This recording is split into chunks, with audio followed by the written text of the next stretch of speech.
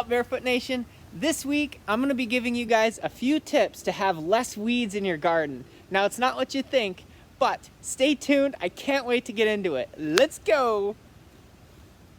It's gonna be important to cover the ground, and so here you can see some of the leaves from the deciduous trees that are up overhead have been chopped up, and chopped up leaves are gonna have a similar effect to good hardwood mulch. And basically what that means is that they are going to form an interlocking mat, which is going to cover the ground and slowly break down. And what that's going to do by leaving the leaves, whether they're chopped up in this case, is it's going to feed your soil. One of the reasons that weeds grow so well is because there is mineral deficiencies in soil. You can see these deciduous trees like this oak right here is huge, and so basically as much mass as you see above ground is also basically below ground. And so what that oak is able to do, if you look at the base and kind of imagine the root system, is it has the ability to go down deep into the soil and even into the subsoil. Oaks are kind of famous for having tap roots.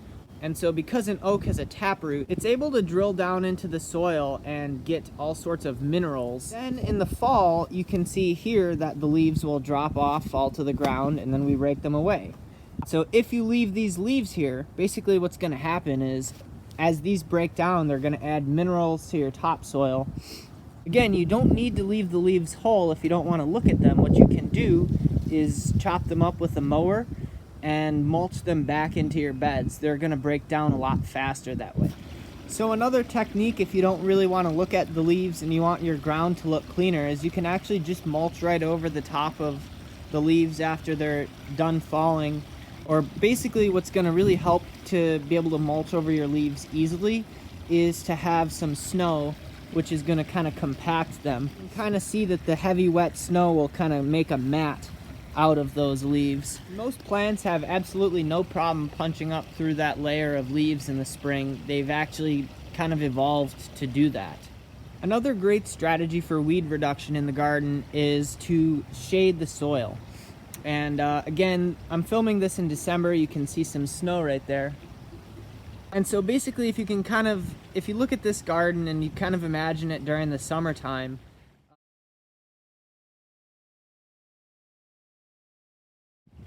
because there are no roots colonizing that area and because there's nothing to shade the soil, even though it's under a tree, you're going to have, it's basically open soil space, and you're going to have something that's going to try and take root. And it's actually really important to mulch your pathways too.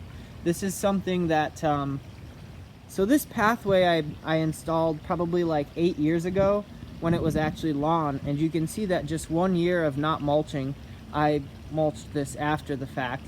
The turf grass is starting to reestablish itself. Now, lawn is a real weed when it comes to gardens.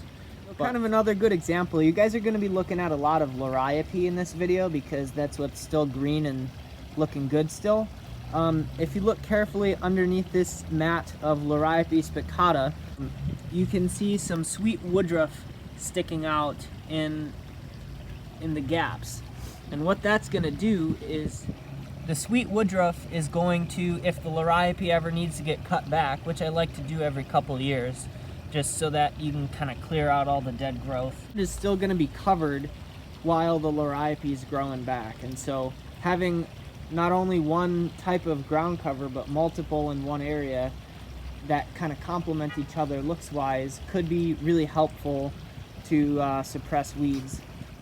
This area right here might be kind of a better example of a mixed ground cover. Here you can see Vinca minor, which can be rather aggressive. It's also mixed with different types of ajuga. The purple one that you see that's contrasting it beautifully is called Burgundy Glow. And this area right here is actually kind of a perfect example of, a really low maintenance bed. Of course, if you're talking about ground covers and weed prevention and shading the soil and all that, it's hard to look past things like bamboo and other kind of aggressive plants which can colonize the ground and shade it very quickly, and they do kind of all of the above. If you look right here, you can see that those are all fallen bamboo leaves, and that is going to be fantastic mulch, again, because of the minerals. But what's interesting about bamboo mulch is that it also has silica in it. And silica is a chemical which is used to kind of strengthen plant stems. Yeah, I don't talk about lawn really at all on the channel, but except for how to remove it. But in this case, it's kind of applicable to discuss moss in lawns. And contrary to popular belief, moss does not harm your lawn. All that it's doing is really filling the void space where it would otherwise just be bare soil. Moss does not have a root system, and so it doesn't really compete with the grass whatsoever. But what it does do is cover the ground. You can see, like, the bare patches that don't have moss, you're gonna have dandelions and all sorts of other plants there during the summertime, and the moss, where the moss doesn't grow. And dandelions are kind of a whole other conundrum in lawn. I've actually learned a lot about dandelions and the fact that they're actually an indicator. So some of our decorative mulches should be discussed too, in addition to the natural ones. This is just kind of a good organic hardwood mulch, and this is, in other words, this is triple shred brown mulch. And triple shredded hardwood mulch is going to be a great mulch to use in your garden. It's a lot better than the dyed stuff, just because, again, it'll lock together and break down and feed the soil relatively quickly. Hardwood mulch does not have the mineral capacity that the autumn leaves do. This is a great top dressing for spring. If you do leave your leaves whole, which is a heck of a lot less work than doing all that mowing stuff, what you'll get to enjoy is the different birds that will be going and flipping through the leaves and looking for bugs or eggs or whatever they're doing. One of the advantages to kind of gardening naturally and kind of following nature's lead is not only was your garden once a part of nature, but also too, you get to enjoy all the different critters and birds and beneficial wildlife that get to come back into your garden.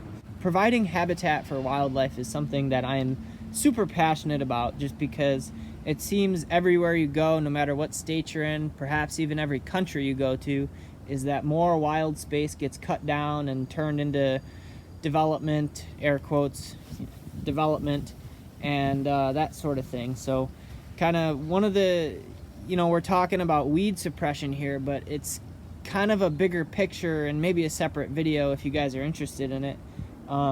But discussing kind of the role that our gardens have taken up, willingly or not, is the ability to support nature and help nature to not just limp along as it has been for the last 20 years, but also to, I say 20 years, it's been limping along for a lot longer than that. Anyway, I'm kind of getting on a soapbox a little bit. It's a heck of a lot less work, and in most cases, again, as long as the leaves kind of are tamped down like this, you can mulch right over them in spring and it feeds your soil really nicely. Over here you can see the leaves underneath this blue spruce that they do not really get that wetting. They don't really get wet, and they don't get kind of matted down and locked together, so they actually break down really, really slowly underneath these evergreens. That's something to keep in mind. But again, evergreens, believe it or not, can be pretty thirsty trees, and so that's not necessarily a bad thing. Uh-oh, the wolf pack's here. I find it really interesting too. This area was once my nursery area, and now I've since planted it to winterberry holly, but I find it fascinating just to see what comes up and what grows. And there's a lot of crap, but this dead stalk here was a castor bean that planted itself. I haven't grown castor bean for like 3 years. So it's just really interesting to see what comes up in an area that is messy. I'm not gonna advocate that your yard looks like this, but it's just interesting. And guys, if the weeds are just too bad, just put in a pond. Deep mulches could be another great way to kind of prevent weeds in the future. Something that I've noticed is this is a clump of dormant hardy bananas. Bananas really like fertile soil, and here in zone 6, I always like to give them a heavy layer of mulch. You never see weeds growing at the base of a banana plant, at least I haven't. And you know down in the comments if you guys have a similar experience, especially if you use this style of mulch where you just where they're not in stone or anything like that. It's also a huge misconception that gravel will suppress weeds, except maybe in deserty or arid type climates. It absolutely will not, and it's going to get silted up really quickly.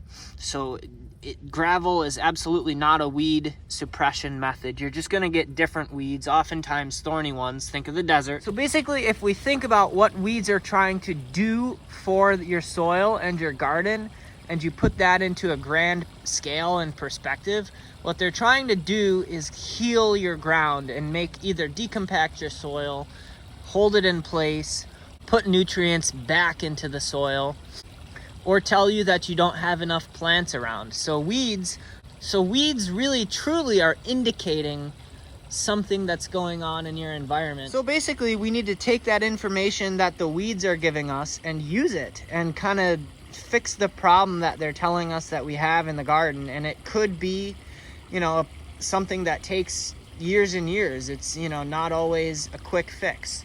Roundup is definitely not the fix. All right, guys, definitely something to consider when managing your garden more as a holistic landscape than just like kind of more traditional ways of doing it.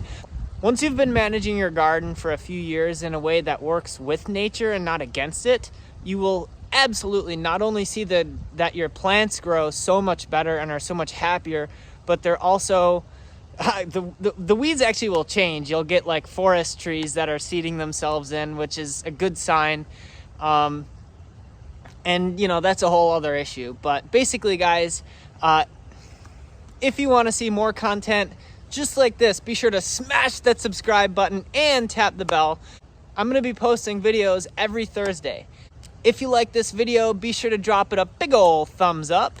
And of course, drop a comment. I mean, what do you think of all this? All right, guys, see you next Thursday. My hands are cold.